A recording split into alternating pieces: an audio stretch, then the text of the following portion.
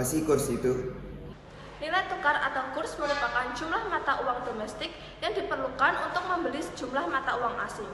Sebagai contoh, nilai tukar rupiah terhadap dolar Amerika, yaitu harga 1 dolar Amerika dalam rupiah, atau dapat juga sebaliknya diartikan harga 1 rupiah terhadap dolar. Apa saja sih jenis kurs itu? Yang pertama, kurs jual adalah kurs yang digunakan untuk menukarkan mata uang rupiah ke dalam mata uang asing. Yang kedua, kurs beli adalah kurs yang digunakan saat membeli uang asing atau menukarkan uang asing dengan rupiah. Yang ketiga, kurs tengah adalah tingkat kurs yang berada di antara kurs beli dan kurs jual. Jenis kurs ini didapatkan dengan menjumlahkan nilai kurs beli dan kurs jual, kemudian dihasilkannya dibagi menjadi 2. Terus Ibu, ya bersama dulu. Hari ini saya ingin menukar uang rupiah dengan dolar. Senilai berapa Bu? 1 dolar. 1 dolar hari ini senilai 12.000. Ini 12.000. Ini Bu, terima kasih. Terus Ibu, ya Bu silakan dulu. Ada keperluan apa ya Bu? Hari ini saya ingin menukar uang rupiah dengan dolar. Senilai berapa? 1 dolar. Hari ini 1 dolar seharga 15.000. Ini 15.000. Depresiasi merupakan penurunan nilai mata uang domestik terhadap mata uang asing. Terus Ibu, silakan dulu. Hari ini saya ingin menukar uang rupiah dengan dolar. Senilai berapa ya Bu? 1 dolar. Hari ini 1 dolar 15.000.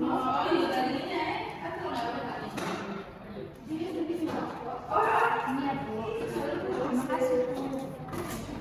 Terus Ibu, ya pesanan dulu. Ada keperluan apa Ibu? Hari ini saya ingin menukar uang rupiah dengan dolar. Dengan senilai berapa? 1 dolar. Hari ini 1 dolar seharga 12.000. Ini 12.000. Apresiasi merupakan kenaikan nilai mata uang domestik terhadap mata uang asing. Wait a minute. Faktor yang mempengaruhi kurs yang pertama adalah neraca pembayaran. Jika neraca pembayaran aktif, maka permintaan dari pihak debitur asing akan meningkat sehingga nilai mata uang lokal juga ikut naik. Apabila neraca pembayaran pasif menyebabkan nilai tukar mata uang asing menurun karena debitur dalam negeri menjual seluruh asetnya dengan menggunakan mata uang asing. Yang kedua, inflasi. Apabila inflasi suatu negara rendah, maka nilai tukar mata uang asing mengalami apresiasi. Jika tingkat inflasi suatu negara tinggi, maka mata uang asing atau nilai kurs mengalami depresiasi. Yang ketiga, suku bunga. Apabila suku bunga bank dalam negeri tinggi, maka investor tertarik untuk menanamkan modalnya. Adanya modal yang ditanamkan oleh investor menyebabkan kurs atau nilai tukar mengalami apresiasi. Yang keempat, neraca perdagangan. Perdagangan internasional tentu membutuhkan pembayaran antar uang asing sehingga neraca perdagangan mempengaruhi nilai tukar mata uang. Yang kelima, kebijakan pemerintah. Kebijakan pemerintah turut mempengaruhi keseimbangan nilai kurs, mulai dari upaya pemerintah mengatasi masalah nilai tukar falas, mengontrol perdagangan internasional agar tetap berjalan seimbang, dan campur tangan dalam pasar. Kurs dibedakan menjadi 2, kurs nominal dan kurs real. Kurs nominal adalah nilai yang digunakan seseorang saat menukar mata uang suatu negara dengan mata uang negara lain. Misalnya, jika kurs antara dolar Amerika dan rupiah Indonesia sebesar 16.000, maka 1 dolar bernilai 16.000. Ketika kita menginginkan 20 dolar, maka harus membayar 320, yaitu 20 dolar dikali 16.000. Yang kedua adalah kurs real, adalah nilai tukar yang digunakan seseorang saat menukar barang dan jasa suatu negara dengan barang dan jasa negara lainnya. Misalnya ketika membeli tas dengan harga di Amerika 400 dolar, sedangkan di Indonesia 2 juta rupiah. Untuk perbandingan harga keduanya, maka harus mengubahnya menjadi mata uang umum. Jika 1 dolar 10.000, maka harga tas di Amerika 4 juta rupiah.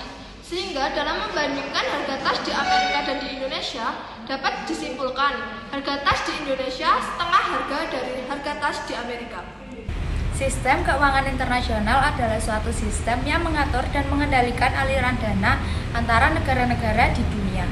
Sistem keuangan internasional dibentuk oleh berbagai lembaga keuangan internasional seperti Bank Dunia dan internasional.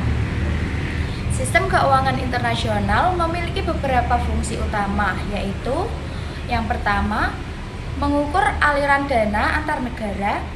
Yang kedua, menyediakan pinjaman kepada negara-negara yang membutuhkan dana. Yang ketiga, membantu menjaga stabilitas harga. Dan yang terakhir, menyediakan lindung nilai bagi investor. Penyebab naik turunnya kurs. Yang pertama, permintaan falas. Permintaan falas adalah orang atau badan usaha yang membutuhkan mata uang asing. Contoh, importir, pengusaha, bank, dan pemerintah. Hubungan tingkat kurs dengan kuantitas falas yaitu negatif. Apabila kurs rupiah terhadap US dollar naik, maka kuantitas US dollar akan turun, dan sebaliknya. Jika kurs naik, harga barang dari luar negeri menjadi mahal. Akibatnya, impor turun, dan permintaan US dollar sebagai alat bayar impor juga turun. Yang kedua, penawaran falas. Penawaran falas adalah orang atau badan usaha yang sudah memiliki mata uang asing dan ingin menukarkan ke mata uang domestik. Contoh, eksportir, wisatawan mancanegara, dan investor asing yang menanamkan modalnya di dalam negeri. Hubungan tingkat kurs dengan kuantitas falas yaitu positif. Apabila kurs naik, akan menyebabkan harga barang dari dalam negeri relatif menjadi murah. Akibatnya, permintaan ekspor naik. Ekspor yang meningkat akan menambah jumlah penawaran falas di dalam negeri. Contoh kasus 1. Peristiwa yang terjadi, banyak orang di Indonesia ingin berjalan-jalan ke luar negeri. Sumbu datar merupakan kuantitas dolar dan sumbu tegak merupakan kurs.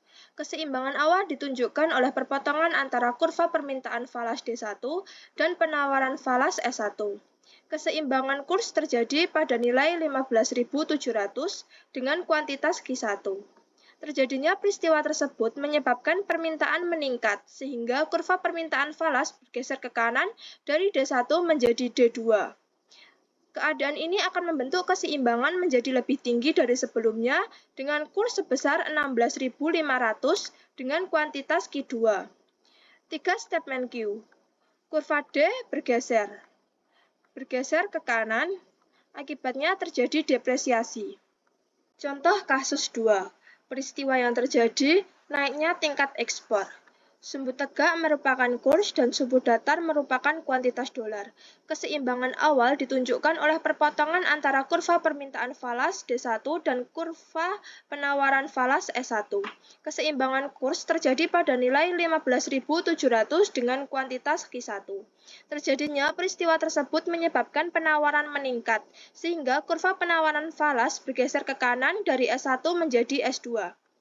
Keadaan ini akan membentuk keseimbangan menjadi lebih rendah dari sebelumnya dengan kurs sebesar 14.500 dengan kuantitas menjadi Q2. 3 statement Q. Kurva S bergeser ke kanan, akibatnya terjadi apresiasi.